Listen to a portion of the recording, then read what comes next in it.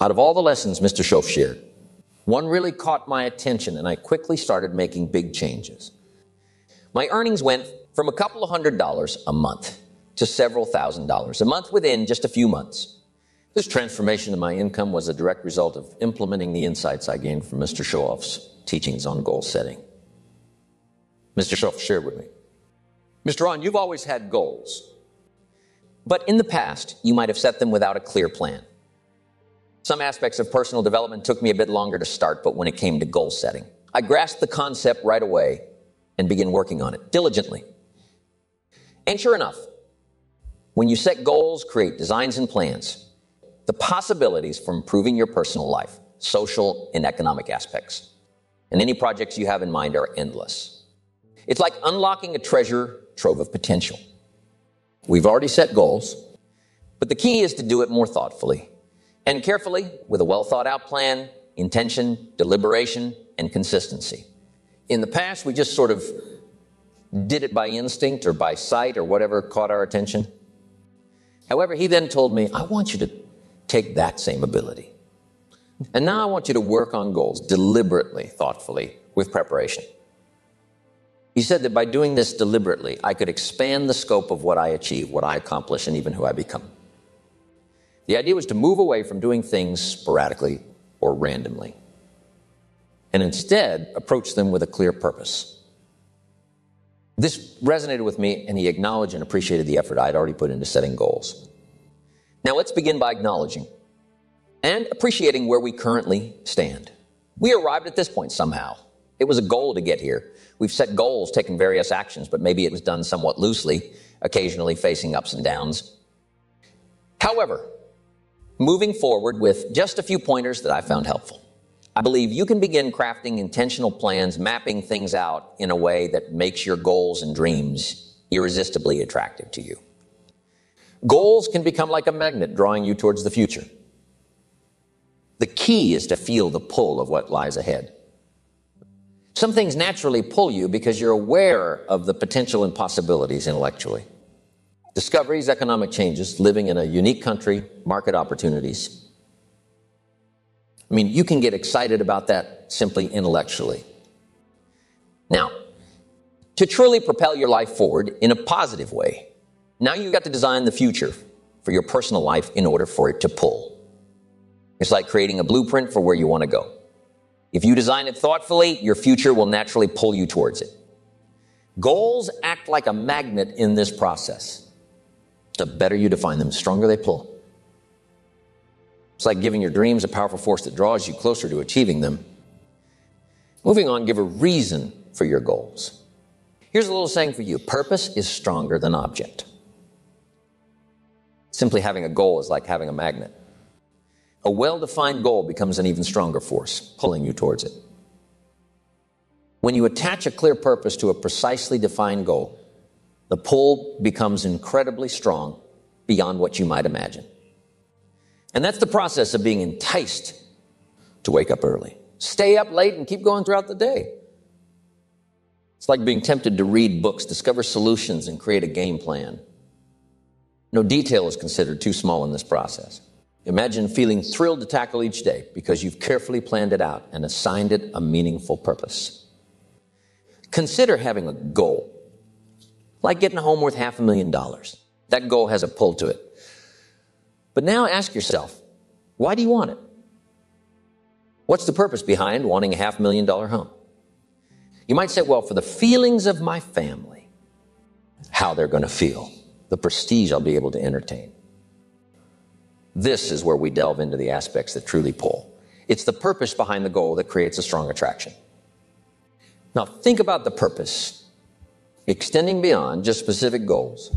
It can also be about your overall life and how you live and your lifestyle. Consider the purpose of becoming a distinctive person. What impact do you want to make? What influence do you aim to have on others? Reflect on the returns you desire, like appreciation and recognition for the person you've become and the life you share with others. It's about envisioning a purpose that shapes not only your goals, but your entire way of living. See, once you start dreaming about what you can become, the impact you can create, the happiness it will bring, and the rewards that will follow, you naturally start crafting a remarkable purpose for your life.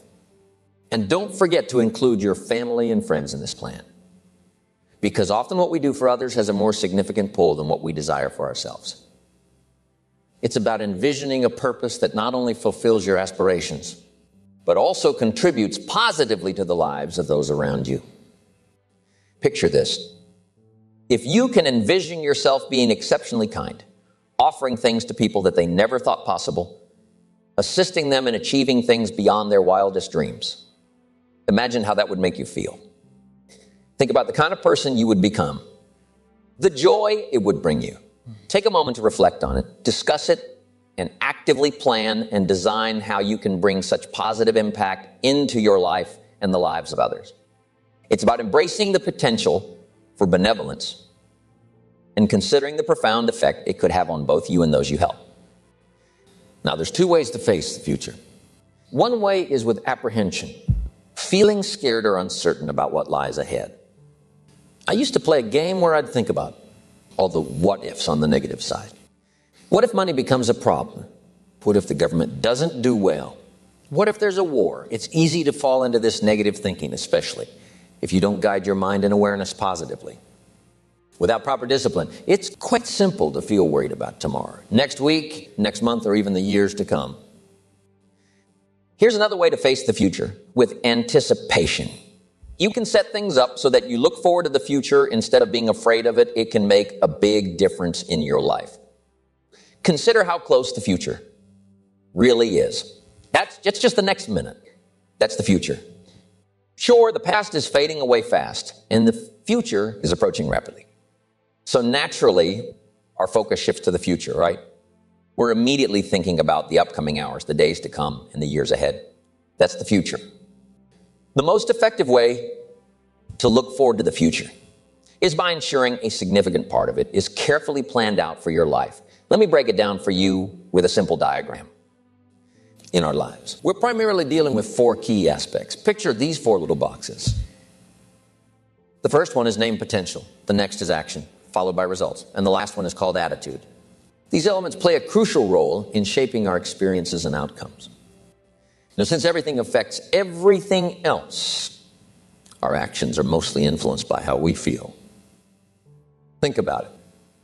You can choose to be happy or sad, and that's your attitude. Your response to a situation is mainly determined by your attitude. For instance, you can choose to care or not care, listen or not listen, go or not go, be present or not be present, decide or not decide. These are all influenced by your attitude. So it's safe to say that attitude plays a key role in determining how we approach various aspects of our lives. Your attitude is like the captain of your potential ship. He decides how much of your potential you actually use. Now, here's an interesting thought. Can you guess how much capacity we as humans have? No telling. It's not so clear because we're just starting to figure out the vast mental and emotional abilities we possess. Our lives, however, are quite short compared to the immense capacity we might hold, and there's still much to uncover about the mysteries within us. There's an old saying that goes, we get too soon old and too late smart. It's not because we can't be wiser earlier. It's just that life is short and we might not get the chance to fully explore our mental, emotional, and awareness abilities. The brevity of life poses a mystery, one that encourages us to reflect and ponder. It's like there's so much more to discover about ourselves, and that's part of the fascinating enigma of life. How much potential we unlock often relies on our feelings. If we don't unlock much potential, it's likely we'll end up with a not-so-great action plan. Consider this. If you're not feeling your best, how likely are you to take on new challenges? How many classes will you enroll in? How many skills will you learn? It's clear that when we're not feeling great, we might not be as motivated to explore new opportunities. With a less effective plan, you might find yourself arriving later and leaving earlier. You start thinking about ways to do less instead of more. The outcome? You end up with poor results and the negative impact begins to show. It's like inflation. Inflation finally starts eating you up here. Now you really feel bad. When you don't utilize many of your skills, it hinders your ability to create a comprehensive plan. This in turn leads to subpar results, setting off a downward cycle. In life, almost everything is either cycling up or cycling down. Nothing really stays stagnant. Think of life like riding a bicycle. Either you keep pedaling forward or you stop. You can't just linger in one place. It's a constant choice between moving upward, growing, or sliding downward, facing decline. How we feel often determines whether we're on an upward or downward trajectory in the cycle of events that unfold in our lives. Now, if we're going down, it's important to intervene and turn things around. The question arises, where do you step in to alter the course of events in your life? The key player here is your attitude. All our actions are driven by how we feel. So to change the entire process, you start by adjusting your attitude. It's crucial to keep in mind that everything has 4 parts. These elements are present in everything. Cause, effect, direction, destination. Cause and effect, along with direction and destination, form these 4 fundamental parts. Here's a significant question. We all should ponder from the part plan from the past year, where will it ultimately take you in the next 10, 20 years? Because one of the major questions to ask is, 10 years from now, you will surely arrive. The question is where? Where are you going with your current habits? Where are you headed with your current reading schedule? Where is your current mindset taking you philosophically? And what about your attitude regarding the potential you're tapping from your skills and the action plan you're following? It's essential to reflect on these aspects to ensure you're headed in the direction you truly want. Where will you finally wind up? These are major questions that we all must consider. The key is to ensure that our current actions are aligning with the direction we desire. It's crucial that our efforts lead us to the destination we truly want to reach. Otherwise, sure enough, 10 years from now, you could wind up being where you don't want to be, driving what you don't want to drive, wearing what you don't want to wear, and living where you don't want to live. Now's the time to fix the next 10 years. Now is the right time to arrive at more refined philosophical understandings.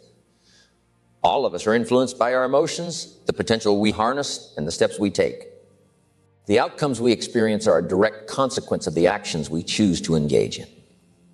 So, taking thoughtful actions now is pivotal in steering the course for the future. When we have a poor plan, utilizing minimal potential, what outcomes should we expect? And when the results turn out unfavorably, how does it impact our feelings? Since everything affects everything else, yeah, lousy. That's a good word, lousy. It's crucial to consider reaping the benefits, not just for the tangible gains the harvest may bring, but also for the person you evolve into during the process. This involves developing patience, intelligence, discipline, organizational skills, engaging others, and providing opportunities. To achieve a bountiful harvest in the fall, you've got to be quite an enterprising person.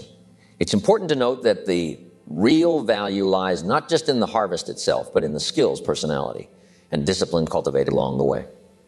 These aspects, which you acquire and develop throughout the process, become the primary source of value in your journey and now becomes the primary value. Once you grasp the true essence of amassing wealth, then you don't worry anymore about your money. Who's going to steal it or where it might end up after you're gone becomes less significant because you've already derived the most significant value from your wealth. It's not just about the monetary assets themselves. The true wealth lies in the lessons learned, the personal growth achieved, and the positive impact you can make on others during your journey. If you accumulate wealth by focusing on becoming the best version of yourself during the journey, you'll find unparalleled happiness and fulfillment. Embracing this philosophy and applying it to all your future endeavors will bring about a level of joy and uniqueness that may seem beyond belief. It's not just about the financial success. It's about the personal growth and satisfaction derived from the process of pursuing your goals.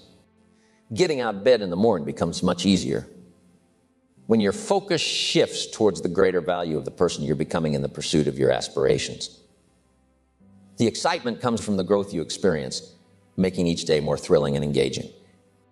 We all realize that genuine value lies not just in material possessions, but in the continuous process of self-improvement, which adds an element of excitement and interest to our lives. So if we pursue things, sure enough, we're going to wind up disappointed. However, if we allow these aspirations to inspire us to become better persons, the true value emerges. Striving to become a millionaire is a worthwhile goal, but surprisingly, the $1 million itself is not the primary objective. Its significance falls further down the list, with personal growth and improvement taking precedence in the pursuit of true value. The real value is the person you became to acquire the money or the net worth. See, after achieving millionaire status, even if you were to part with the money, the loss wouldn't be significant. This is because you've retained the qualities and character you developed in the process. But see, once you become the person it takes to acquire the goal, now the goal is not the most important value. The most important value is what you became to get it. When you truly grasp this concept from a philosophical standpoint and place things in their rightful context, losing possessions doesn't bother you much. You still possess the mental worth, awareness, distinctiveness, and skills acquired during the journey to acquire those belongings. The greater value lies in the person you become to acquire it. That's why it's true. The love of money is evil. The rationale behind this is that if your affection is directed solely towards the money itself, rather than the genuine value of the person you've grown into during the pursuit, then see, when it's gone, you've lost everything. Understanding where the genuine values lie, you utilize goals not merely for achieving them, but as a motivation to evolve into a better version of yourself. This approach allows you to focus on the authentic endeavor of life. It's not just about reaching the destination. It's about the transformative journey along the way. Now, most of the answers for your life, you're not going to find this weekend. Instead, it's a journey rooted in your own experience. The key is to kickstart this process, begin reading, start asking questions, and put your thoughts on paper. It's through these actions that the answers are going to flow. One of my wealthy friends said, "Mr. Rohn, I will not insult you by telling you what to think. Instead, I aim to assist you in understanding how to think. This is because the solutions you seek will emerge from your personal encounters and the intellectual capabilities within your own mind. Yet if we can establish certain principles to guide us in uncovering the solutions for the future, it transforms into a profoundly beneficial weekend. While we may have gained insights here, the majority of answers for your life and its trajectory will emerge from your unique experiences. Personal awareness and your own thinking power. With your improved skills in reading, thinking, life design, goal setting, time management, and appreciation for lifestyle value, uniqueness, intelligence, awareness, and intellect empower you significantly. Starting this Monday, you have a remarkable opportunity to enhance your life swiftly through this comprehensive process. The major value of reaching a goal is not to have the goal that the person you have become to acquire. We humans have a unique ability, unlike any other life form on earth, to change the direction of our lives. You're not stuck following a predetermined path, like a blind animal driven solely by instincts encoded in your genes. You have the power to change your course, especially if flying south isn't bringing you the money, joy, and pleasure you desire. So if we want to change our life, all we need to do is use this amazing tool to gather more ideas and information and check if it will benefit us. Wondering where to find this tool? Well, here's the scoop. First off, it comes from personal experience. Personal experience means noting down the questions and answers based on your own experiences. Yes, learning is the foundation of prosperity and well-being. The journey can kick off by paying closer attention to your own personal experiences. That's where it all begins.